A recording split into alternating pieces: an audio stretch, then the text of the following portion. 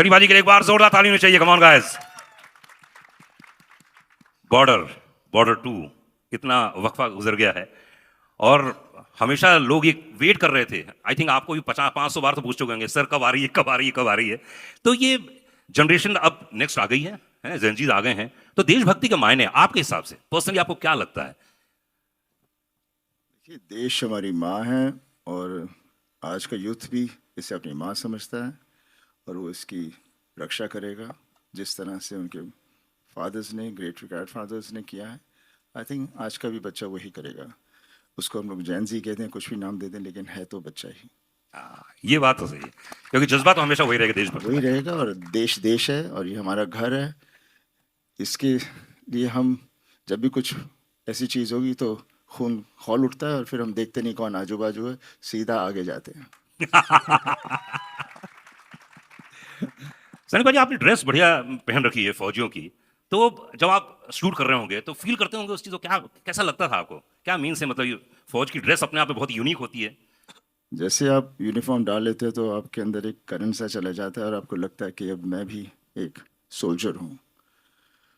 खैर, हम लोग सोल्जर की तरह हम लोग ट्रेनिंग नहीं करते, लेकिन अंदर हमारे जज्बात वही होते हैं और उसी में मज़ा आता है। उसी से हमें मौका मिलता है एक सोल्जर की कैरेक्टर को निभाने का।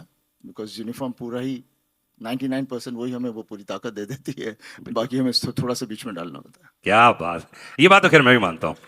मैं भी एनसीसी सीनियर डिवीजन में था, फिर सीनियर डिवीजन में था। और एनसीसी वाले कहाँ हैं? सब वो खड़े हुए हैं वहाँ पे। हाँ, बोला जाता है लाहौर तक। सनी पाजी बोलेंगे तो ज्यादा अच्छा लगेगा। क्या था डायलॉग वो सब? वो याद नहीं था ना। आवाज कहाँ तक जानी चाहिए? लाहौर तक। लाहौर तक। जी। तो इसके पीछे काफी इंटरेस्टिंग कहानी है। हम लोग एनडीए में शूट कर रहे थे, तो उनका जो परेड ग्राउंड है, तो वहां पे उनके इंस्ट्रक्टर जो हैं, कमाल के ड्रेस में नजर आ रहे हैं आप, होशियार सिंह। तो यूनिफॉर्म पहनने के बाद जो अभी सनी भाजी बात कर रहे थे, जो मैं बात कर रहा था, क्या इंपैक्ट आता है? क्योंकि आपने फौजी का कैरेक्टर नहीं किया लगभग, तो क्या बोलना चाहेंगे इसमें? पहले तो मैं ये कहना चाहता हूँ कि बहुत सालों बाद मैं नर्वस हुआ हूँ, इमोशनल हुआ हूँ। एक अभिनेता जो होता है वो अपने सारी उम्मीद लगा देता है पिक्चर के साथ कि यार ये पिक्चर मैंने की है, ये मेरे मेरे काम को लोग सराहे, ये पसंद करे। बट मेरे लिए सबसे बड़ी चीज़ थी कि मैं सनी देओल के साथ काम कर रहा हूँ। So genuinely thank you sir, thank you so much कि आपने हम सबको ये मौका दिया आपके साथ काम करने के लिए। मेरी जब शूटिंग हो रही थी, मेरी शूटिंग पहले शुरू हुई थी एंड सनी सर के पार्ट के पहले वो 4 दिन पहले आए थे।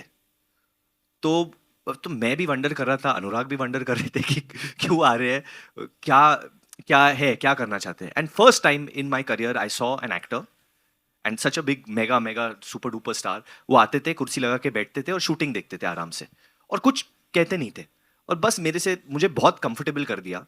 और फिर भी जब मैंने सनी सर के साथ पहला सीन किया जहाँ वो चिल्लाते होशियार, पहली बार जब उन्होंने मेरे मेरे कैरेक्टर का नाम लिया, मैं थोड़ा सा घबर गया। मैंने उनको नहीं बताया, मैं साइड पे चले जाके मैंने अनुराग को बोला, आई सेड ये तो बिल्कुल सनी देओल की तरह कर रहे हैं। एंड ही सेड कि भाई ये सनी देओल ही है ना, तो वैसे ही करेंगे। आई सेड बट मतलब I had to pinch myself, क्योंकि बचपन में ही is been my hero. I have seen, मैंने बॉर्डर चंदन में देखा था, कितनी बार देखा था वो फिल्म, और टीवी पे देखा था, हम सब ने देखा है।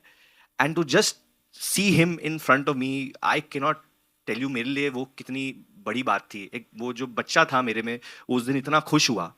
And so I can just say that. And playing an army officer, playing major Hoshiyar Singh Dahiya, he is a Paramvir Chakra winner, बहुत गर्व की बात है मेरे लिए। तो आई होप कि ऑडियंस को वो पसंद आए, आई होप उनके फैमिली को पसंद आए, but more than anything I hope कि हमारे जो आर्म्ड फोर्सेस है और वो जब ये फिल्म देखते हैं, आई होप कि बच्चे जब ये फिल्म देखते हैं उनका भी मन करे, उनका भी दिल करे कि दे join the armed forces of this country. And that's why I think we made this film. That's why Bhushan ji, Nidhi, Anurag, हम सब ने ये फिल्म बनाई। वरुण, अधिकतर ऐसा होता है ना कि जब आप सिविलियन से हम लोग तो, लेकिन फौज की जब ड्रेस पहनते हो और उस जोन पे रहते हो, तो आपने क्या महसूस किया कि जो फौजी लोग होंगे, आप मिले भी होंगे इनसे, क्या डिफरेंस होता है? यही जैसे फिल द कॉलर, आपकी पीठ आपको सीधी रखनी पड़ती है and push your neck back. आपका जो कॉलर है, फिल द कॉलर, ये मुझे बार बार कहा जा रहा था, फिल द कॉलर। ओके। तो इट्स जस्ट द एम्बियंस यार। हम लोग बहुत लकी है, हम सिविलियंस बहुत लकी, हमें पता ही नहीं है कि वो लोग कितना त्याग रहे हैं हमारे लिए। हम लोग यहाँ पे बैठे ही हैं उनके वजह से, हम लोग सांस ले पा रहे हैं उनके वजह से। बहुत डिफिकल्ट माहौल है, जिस तरीके का माहौल है, जिस तरीके के हमारे नेबर्स भी है, जिस तरीके के चीज़ चलते हैं, we are so lucky that we have army, navy, and air force like India. We're blessed. क्या बात है। We have स्नेह नीचे कर भाई सनी भाई छोड़ दो छोड़ दो पाकिस्तान हो गया आन आन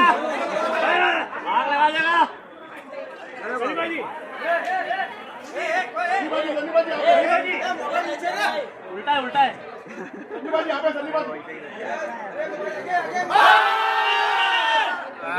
once more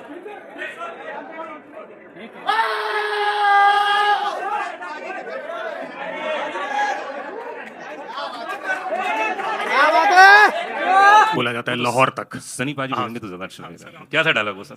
वो याद नहीं था ना। आवाज कहां तक जानी चाहिए? लाहौर तक। लाहौर तक। जी।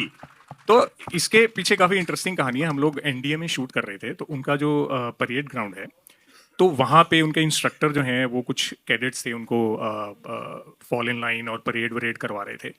तो ही फेल्ट कि दे वर नॉट बीइंग एनर्जेटिक। तो उन्होंने बोला ऐसे कि आवाज़ क्यों नहीं निकल रही तुम्हारी, ये आवाज़ कहाँ तक जानी चाहिए? एंड दे ऑल स्क्रीम्ड, कुछ 50-100 लोग होंगे, दे ऑल स्क्रीम्ड लाहौर तक। तो हम लोग वहाँ बाजू में थे एंड हमारे एकदम से कान खड़े हो गए। हमने कहा यार ये क्या क्या चीज़ है? तो we went up to them and asked them कि ये बोले हम लोग ऐसे ही बोलते हैं। तो then Varun also came up to me and said कि सर ये बहुत अच्छा है, इसको हमें इंक्लूड करना चाहिए।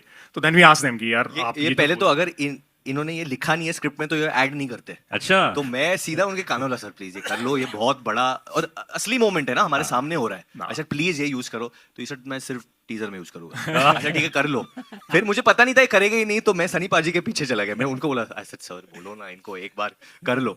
And then when he performed it, क्योंकि मैं वो लाइन में खड़ा था, मतलब I can not tell you, मेरे रोंगटे खड़े हो गए थे।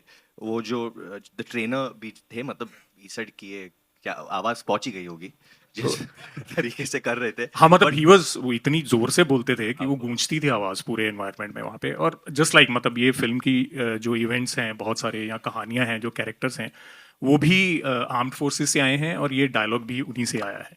बिल्कुल बिल्कुल, उनकी आवाज ही अलग होती है। 3 और 3 बताने चलेगा तो एकदम अजीब लगता है उसमें। और अगर उसमें भी आवाज ना पहुंचे, है ना?